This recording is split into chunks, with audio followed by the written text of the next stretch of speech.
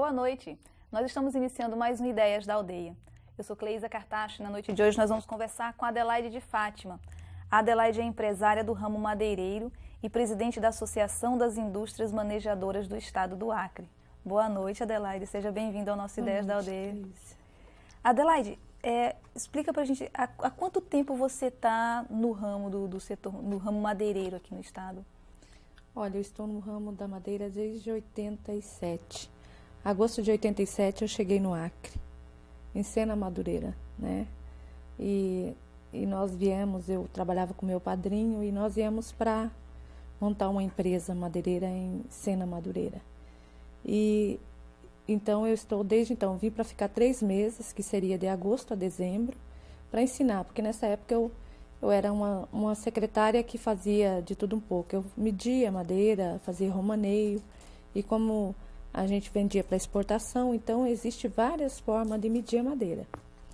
E eu cheguei no estado para ficar 3 meses e me casei e estou aqui até hoje. Então já com madeira já vai para 18 anos que eu trabalho com madeira. Você faz parte de um grupo de empresários que tem que tem investido e acreditado na questão do manejo madeireiro, né? Como é que começou isso? Bem, primeiro eu te pediria para explicar o que vem a ser o manejo madeireiro, o que é o manejo madeireiro?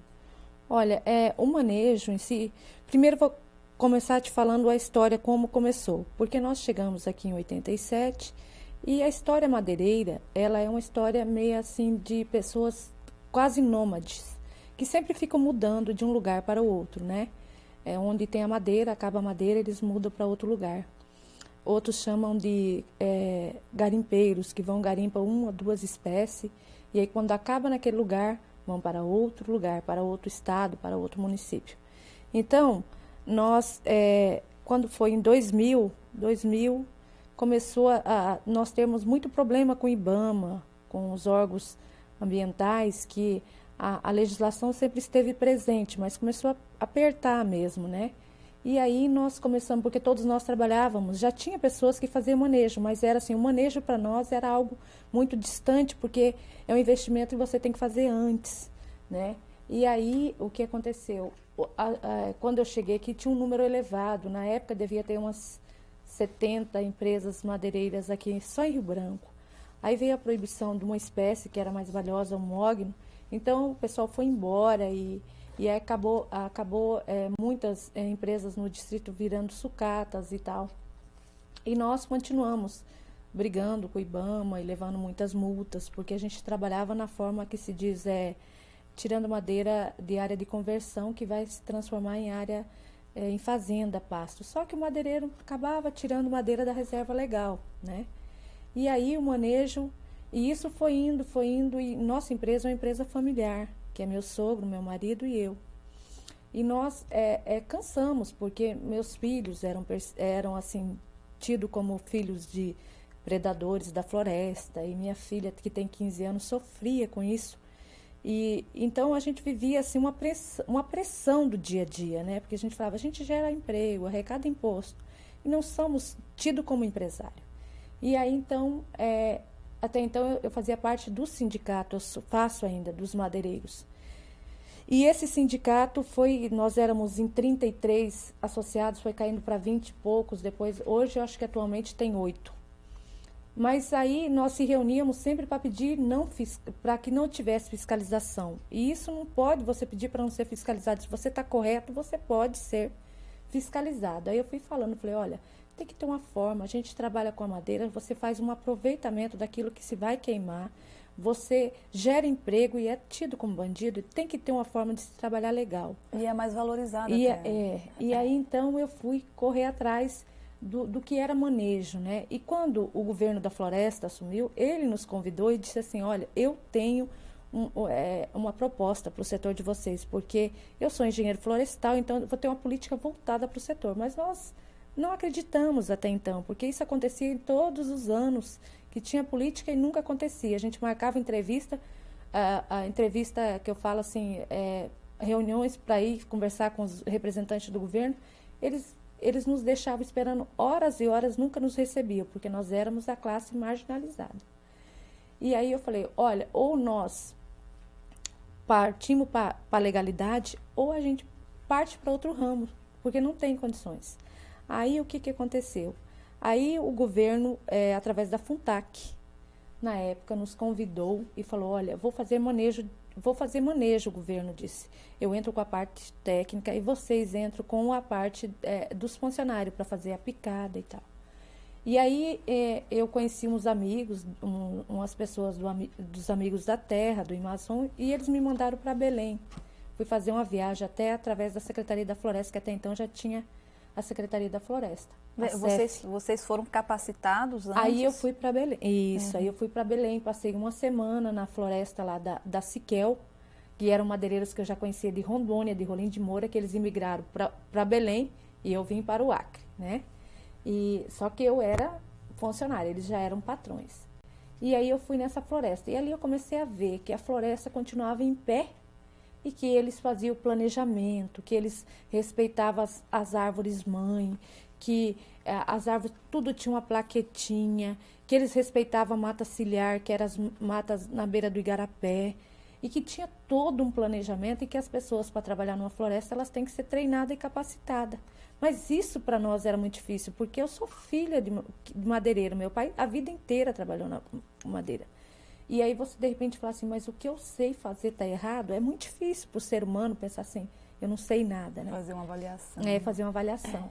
E aí eu vim de lá, assim, eu e outro madeireiro, que até desistiu e foi embora, porque a pressão foi muito, ele acabou indo embora. Aí nós dois filmamos, tiramos muitas fotos, e eu passei uma semana na floresta lá com os técnicos, única mulher. E aí chegamos aqui, aí falei, gente, olha, o manejo é a certeza que nós podemos investir, porque até então você não comprava uma máquina nova, você comprava sempre de quarta, quinta mão. Você teve condições de fazer essa comparação, você viu claramente a diferença? Vi, cheguei assim, sabe, tão empolgada, eu mostrei para o meu marido, mostrei para o meu sogro, e falei, olha, tem condições, porque até então a gente não fazia manejo nas nossas florestas, porque elas eram muito distantes e a oferta de madeira em volta da cidade era muito grande. Aí eu comecei a falar, olha, as florestas que são manejadas, os animais continuam nela. Você pode trabalhar com pesquisa, você pode tirar... eu falei, nós aqui estamos além do Pará, porque nós temos jarina, né? Então, assim, falei, nós temos a copaíba, que é uma árvore abençoada, né? E aí eu fiquei apaixonada. E o Jandir, que é esse meu amigo, também. Mas aí começou a haver racha dentro do sindicato, porque eles acharam que era porque a gente estava empolgado com a política do governo. E aí, então, foi quando eu me afastei do sindicato, eu era tesoureira e eu me afastei. E aí nasceu a associação. Quando nasceu a associação, nós éramos em 4. Eu falo 4 porque conta eu e meu marido como 2 pessoas, senão seriam 3, porque nós tínhamos 2 empresas, uma em Sena Madureira e uma aqui. E aí nós formamos a associação. E aí os outros madeireiros tudo começaram a dizer que eu não era mais madeireira, que eu era ambientalista. Começaram a me olhar de forma diferenciada. Esse ano do surgimento da associação foi quando? 2002, associação. Eram 4, você falou que eram 4. E hoje nós temos 3 empresas de grandes e médio porte. Temos aqui em Rio Branco, temos em Acrelândia, temos em Capixaba, Cruzeiro do Sul. Somando isso, acho que nós temos... Todos que têm manejo, nós temos mais de 200 mil hectares já de áreas manejadas desses 13 empresários. E temos 6 empresas em análise que estão concluindo seus manejos para entrar. E aí eles começaram a ver que aí a minha empresa entrou no Promanejo. Aí o Promanejo, que é a União dos 7 Países Ricos, junto com o KfW, Banco Alemão, o IBAMA, Ministério do Meio Ambiente, eles trazem recursos, né, que é um fundo perdido, e aí eles construíram um local lá na minha floresta, que é uma floresta de 8 mil hectares, só tem 200 abertas, o resto tudo é floresta. E aí nós construímos lá, são 7 quartos, né, banheiros, 3 banheiros, né, com 3 chuveiros, e uma cozinha grande que serve como refeitório e sala de aula. Aí temos motor estacionário, porque aí para nós mandarmos o nosso pessoal para Belém, se tornaria caro. E aí, então, a gente trazia os técnicos, as pessoas que vinham ministrar os cursos, os instrutores, e começamos a treinar o nosso pessoal aqui no Acre. Então, isso o empresariado viu, e aí começou a se aproximar. que viram que porque o manejo nada mais, nada menos que é você saber o que você tem na tua floresta. É como você abrir a tua despensa e saber, eu tenho 5 latas de óleo, 5 quilos de arroz. Eu vou lá e sei quantos metros de jatobá eu tenho, tantos de cumaru. Você faz um diagnóstico, um mapeamento? Como é você entra na floresta e você faz um levantamento, você faz um censo na tua floresta. E cada árvore recebe uma plaquetinha. E depois é selecionada as para corte no mapa e as que são porte-semente, que vão continuar dando semente no ciclo, né? Para garantir a próxima colheita, que é estabelecido 25 anos, de 20 a 25 anos. Então, e também faço o mapeamento das remanescentes, que serão as próximas, para dali 25 anos. Então, eu sei que se hoje, daqui 10, 15 anos, meus filhos sabem o que eles vão entrar na floresta e poder tirar. E nós trabalhávamos com 2, 3 espécies. Hoje, nós estamos trabalhando com 30 espécies. Me diz uma coisa, as para corte, qual é o critério para definir as espécies para corte? Olha, é acima de um diâmetro de grossura, né? No caso, o estipulado pela lei é 50, né? Mas um jatobá de 50 na minha floresta a gente não derruba porque ele tem muito brancal. Então, depende da espécie também. E aí, aquelas que estão mais perto de um igarapé, elas ficam para porte de semente porque elas são, na verdade, elas são as de preservação permanente, né? E aí você também vê uma árvore que a gente faz o teste de oco, que antes ninguém fazia. Se ela tiver, pega o sabre do motosserra e enfia. Se tiver ocada, você não corta, ela fica ali como porte semente também. Então tem todo um cuidado, e aí começou a ser treinado e capacitado da cozinheira ao motosserrista. Antes, nos alojamentos dos nossos projetos, não, que era retirada convencional, nós não tínhamos banheiro, a água era de qualquer jeito. Hoje nós temos toda a preocupação com a água potável, né? Construímos poça, temos banheiro. Então, você vê o funcionário trabalhar mais feliz. Além do que ele trabalha com todos os IPI, é bota especial. Os motosserristas têm uma calça que tem várias camadas para que se vira o sabre não o corte, né? Luvas, capacete, protetor auricular. Então, isso tudo a lei já contempla, que é a CLT. Mas a gente não cumpria porque a madeira também não tinha um valor agregado para você bancar todas essas outras despesas extras, que era você fichar a carteira do teu funcionário e colocar lá o valor que realmente ele ganhava. Então, existia essa, digamos assim, forma de trabalhar que não era corretamente. E no manejo, isso contempla, no manejo você tem que respeitar a legislação. E ainda nós estamos em processo de certificação, esse ano a gente vai certificar. E aí, com isso tudo, eu conheci uns outros empresários de Belém que vieram, e aí eu vendi a metade desse projeto de Sena Madureira. Então, nós temos esse de Sena e temos outro aqui em Rio Branco, que é na estrada na Transacriana, e isso envolveu a família de um tanto que hoje meus filhos, eles têm alegria de dizer qual a atividade do pai e da mãe, não tem mais vergonha. Hoje você chega num banco, você tem um cadastro onde você pode fazer um financiamento. Antes, esse Jandir, amigo meu que foi embora, ele dizia assim, Fátima, quando o gerente me vê, ele faz de conta que vai tomar um cafezinho e vai embora. Porque nós éramos marginalizados. Fátima, nós vamos para o intervalo rapidinho e nós voltamos já já com mais um pouquinho dessa conversa sobre o manejo madeireiro.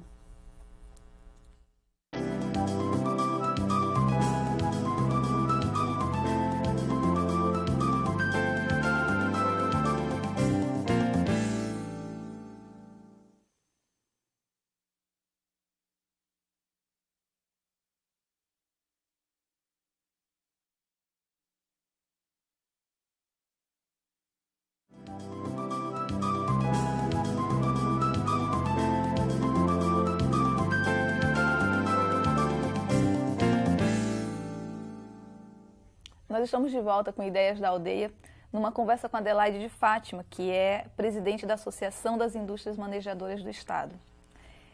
Fátima, você no primeiro bloco estava falando sobre alguns cuidados que precisam ser tidos durante o manejo, né? A identificação das espécies, o plaqueamento. O que mais que isso envolve? Que outros cuidados adicionais seriam necessários, por exemplo? Um dos cuidados que eu acho fundamental é a questão da queda direcionada. Porque muitas vezes a árvore ela tem uma queda natural para um determinado lugar onde tem ali duas espécies de valor alto, como o cedro ou uma preciosa, e que vai estar pronto daqui a 15 anos, que é chamada remanescente. Então, com a cunha, você pode direcionar a queda dela para outro lugar que talvez tenha outras espécies de menos valor, né, que seja só um tabocal. Então, isso no método tradicional não existia. Outra coisa, também tem a queda, o corte é quase no solo. Antes, o motosserrista olhava assim, o tamanho da cintura dele, tacava uma motosserra, né? E agora tem todo um cuidado. E quando é cedro, espécie que racha muito, tem o corte de escadinha. Então, tem técnicas que pessoas que trabalham comigo há 18 anos aprenderam e hoje estão até como professor, trabalhando para o manejo, que até um deles é o Francisco Cosmo. Então, assim, ele falou, eu reaprendi o que eu sabia fazer de uma forma que agora eu tenho maior aproveitamento. Na forma tradicional de exploração, além da queda sobre outras espécies mais jovens, também na retirada parece que também arrasta muitas espécies, né? Porque que acontece? Nós nem tínhamos skidder, porque como nós trabalhávamos com 1, 2, 3 espécies, você também, o comprador não chegava até que ele ficava em Rondônia e Mato Grosso, então nós tínhamos uma dificuldade com o mercado muito grande. E aí o que acontecia? Quando você entrava no mato sem planejamento nenhum, então o trator ficava andando dentro da floresta, trator de esteira, e o trator vai andando com aquela lâmina e vai revirando a terra, né? E o skidder é um trator florestal que foi feito especificamente para andar na floresta, ele se torce todo. E tem também o planejamento das estradas secundárias, dos ramais, onde você marca com fitinha, o esquideiro ele já tem um mapinha, ele não fica procurando na floresta, porque muitas vezes o cortador cortava a espécie e ficava perdido na floresta, porque ele não sabia onde estava, ele não sabia. Hoje eles trabalham com bússola, com mapas, todos sabem manusear, ler o mapa, né? Porque é de uma forma bem bacana. Então, isso tudo era um desperdício total, sem contar que você acabava com a floresta. E hoje você tem todos os cuidados. Eu te convido até aí visitar a exploração do ano passado, retrasado. Você não acredita que passou uma máquina naquele local. Então, isso tudo é muito gratificante, né? Então, o lema da associação é que floresta manejada é floresta conservada, porque você conserva a tua floresta. Ela não é algo intocável, ela realmente é uma poupança, mas que você tem todos os cuidados com ela, onde você pode ter certeza que teus filhos, teu neto, todos virão a floresta em pé e que ela realmente é uma poupança, né? E me diz uma coisa, como é essa relação? Alguns dos empresários, algumas das indústrias locais têm área própria de exploração e outros adquirem de produtores. Como é que é essa relação com os produtores? Eles também têm que comprovar todo um cuidado com a floresta deles? Olha, nós sofremos muito no passado, até vou voltar a falar de novo no Jandir, que foi embora, porque ele era uma das pessoas que não tinha floresta. Quando a Funtac nos convidou, através do governo do estado, para fazer 21 planos de manejo, entrava com a parte técnica e nós entrávamos com a mão de obra mais barata, e ele procurou fazendeiros para fazer nas reservas legais, porque até então os próprios fazendeiros não acreditavam em nós madeireiros, porque nós, não todos, mas tinha muitos que eram caloteiros, só ficava aqui um período de tempo e depois iam embora. Então, essa parte de convencimento demorou, mas hoje a maioria dos fazendeiros estão fazendo manejo com os fazendeiros com os madeireiros. Então você faz na reserva legal, que antes era para eles algo que não rendia nada, e hoje tem uma rentabilidade grande. Só que quando eu faço manejo com o fazendeiro, a responsabilidade técnica é minha por 25 anos. Você vai na margem da escritura no cartório e faz essa verbação. Então, eu sou responsável pela área dele. E sem contar também que o que tem sido muito atrativo para os fazendeiros é que um projeto de manejo ele é protegido por lei. Então, se haver invasão em áreas manejadas, a Polícia Federal vai e retira junto com o IBAMA e MAC, né? Então, hoje nós temos vários associados que têm floresta próprias, outras compram de comunitários, também fazem com comunitários.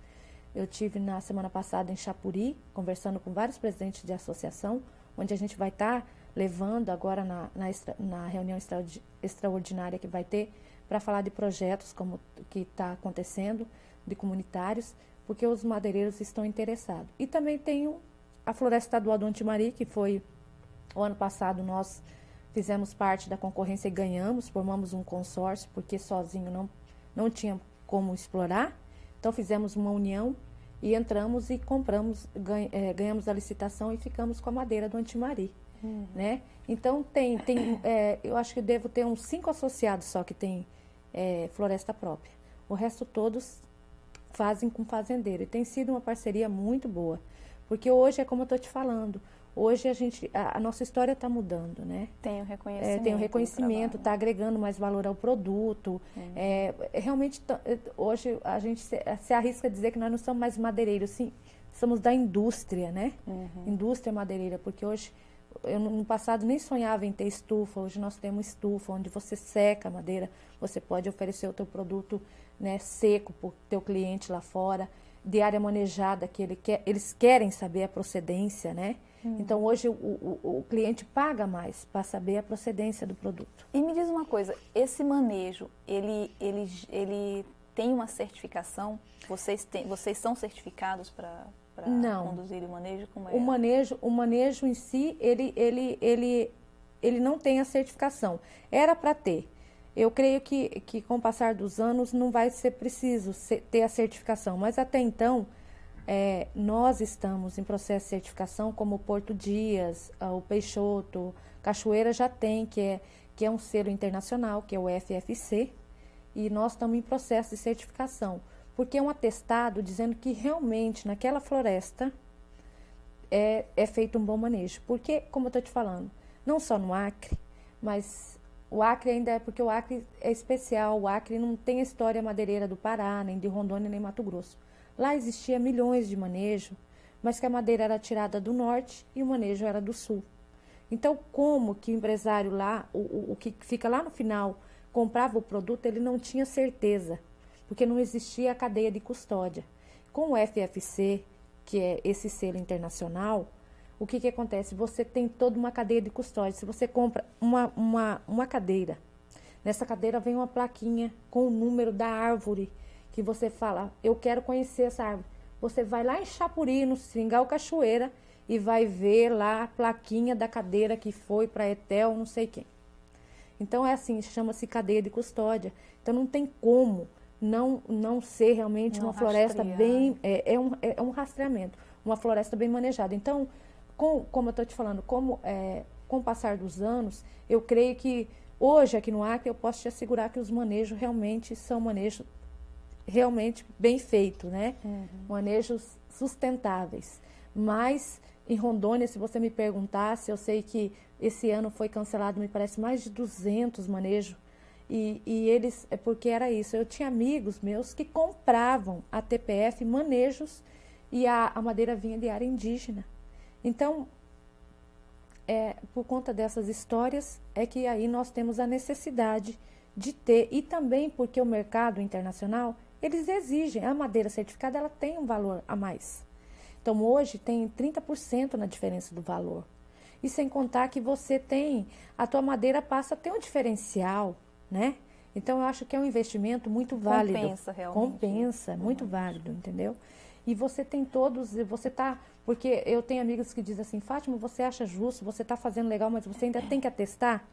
Eu falo, eu acho, porque, infelizmente, houve uma história de manejos que não existiam. Então, até que eu acho que aconteça de se provar o contrário, o selo é um diferencial muito grande. E para nós no Acre é fantástico, porque você está também, de certa forma, agregando valor mais ao produto, né? E aí deixando de retirar cada vez mais da floresta, né?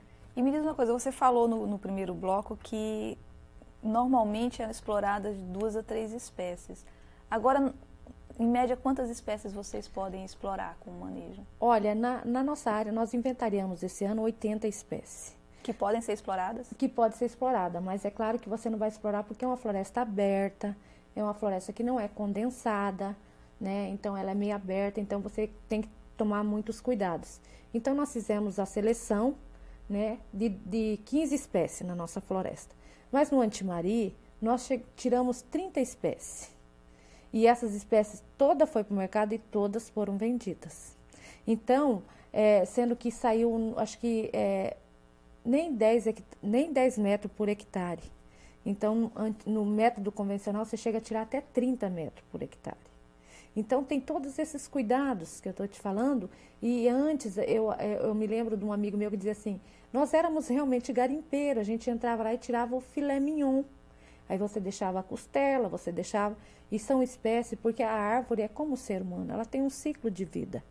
Né? Se você não corta ela e não tira ela, ela vai acabar morrendo e vai cair e vai estragar outras espécies. Então, eu acho assim que tudo na vida nasce, cresce e morre. Então, com esses cuidados, nós estamos tirando só as árvores mãe, as árvores adultas, né? E tendo todo o cuidado com os nossos filhos, as filhas das árvores, para que elas realmente possam estar aí para a próxima colheita, que eu creio que eu ainda vou fazer daqui a 25 anos na minha área ainda, né? E você, como presidente da associação, você tem percebido um aumento do número de empresários interessados em se associar, em realizar o manejo? Eu vejo a procura antes, quando tinha o Promanejo, que vem essa verba para ministrar curso, nós tínhamos, o pessoal do Promanejo ligava, eu ligava também, a gente faltava ir lá e pegar no colo e levar para a floresta. Hoje a procura é tanta que a Andréia, o pessoal do Promanejo, tem que fazer uma seleção para ver os que realmente estão manejando, os que realmente já não foram, porque tem deles que já fizeram e estão refazendo. Né? Então, você vê a diferença. Isso é muito bom para nós, porque é uma história que no passado era diferente. Nós tínhamos que quase pegar laço e trazer o empresário. Hoje ele manda seus motosserristas, seus tratoristas para ser capacitado, para ser treinado. Está até havendo um treinamento no Antimario essa semana, né? Então, eu vejo assim que está mudando a mentalidade. E agora, recentemente, foi inaugurado um escritório único no Brasil, né? Nós somos o primeiro, um escritório só para cuidar de manejo, né? No Acre. Porque antes você tinha que dar entrada no IBAMA e no IMAC e levava até de 2 meses até 2 anos para se liberar um manejo, né? Para aprovar. E hoje o governo entrou numa parceria com o IBAMA, que é o pacto, o convênio, e criaram um escritório para tratar unicamente de manejo e também da reposição florestal, que antes a gente pagava a reposição florestal porque ainda existe madeira de roçado, madeiras de conversão, que a pessoa tem o direito a 20%, ele desmata. E a gente pagava essa taxa de reposição, que é R$ 6,60 por metro, e esse dinheiro ia para Brasília e ficava no fundo, lá um fundão. E acabava se perdendo, que era para voltar para reflorestamento. Hoje esse dinheiro vai ficar no Estado e vai voltar para financiar mais manejo. Então, assim, tem acontecido, isso tem estimulado o empresário. Né? Então, o empresário hoje, você vê empresários investindo na ordem de 16 milhões, 11 milhões no Acre. E antes isso não existia no ramo da madeira. Fátima, foi um prazer enorme conversar com você aqui e saber que tem empresários realmente preocupados em preservar a nossa floresta e ter realmente um retorno econômico disso, porque isso é importante para a economia do nosso estado. Nós agradecemos muito a tua participação aqui no Ideias da Aldeia e te convidamos para vir outras vezes também. Eu é que agradeço, porque é uma oportunidade assim da gente estar mostrando o trabalho e estar realmente deixando de sair nas páginas policiais para sair nas páginas amarelas. Sem dúvida, a gente vai torcer por isso, está torcendo Boa por noite, isso. Né? E nós vamos ficando por aqui com mais um Ideias da Aldeia. Nós nos encontramos no próximo programa, lembrando que estamos chegando às 22 cidades do nosso estado. Uma boa noite e até a próxima.